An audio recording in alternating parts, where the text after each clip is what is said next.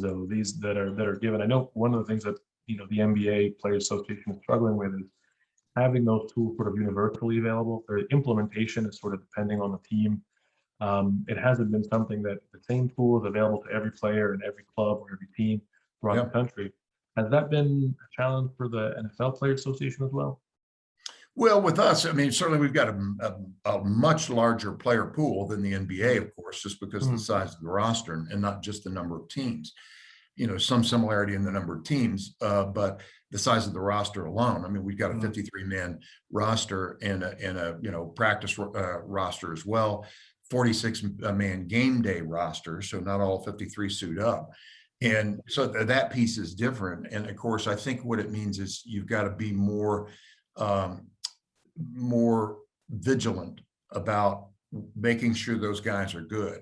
And that happens through a number of ways. One is that, you've heard this term probably that, the quarterback room and the DB room and the linebacker room. Well, there really are rooms in the facilities that they go for their meetings and their breakouts. And if you walk through the facility, it'll say quarterback room or, DBs, that kind of thing. So within that group, they watch each other to make sure everything's okay. Mentioned about concussion here in a second. Number two, we have player representatives, one elected and then two alternates. So the player reps are union representatives. They're watching the locker room. They're checking to make sure that, protocols are being followed. Did anybody not follow the concussion protocol or the heat acclimatization protocol? All those kinds of issues. But they're also just checking folks out, just making sure, hey, you good to go. And then we have player directors. Our player directors, I don't think, but I don't know if the NBA has this or NBPA. Our player directors are guys that played at a minimum of 10 years in the league and are assigned 5 or 6 clubs that they stay up with. They visit, they go to the locker room. They're constantly talking to people, everything good. And I can give you an example. When we did the original concussion protocols didn't come from the NFL. They were written by the NFLPA and said, we need to adopt these and mandate them.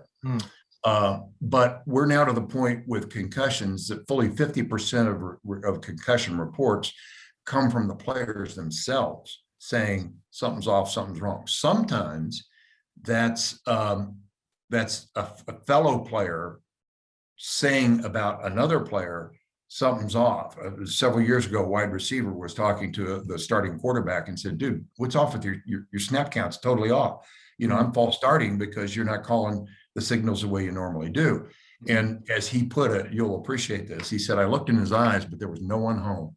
Wow. So he went and got the trainer, team physician said, check 12 out. He needs to be looked at. And indeed, he had a concussion.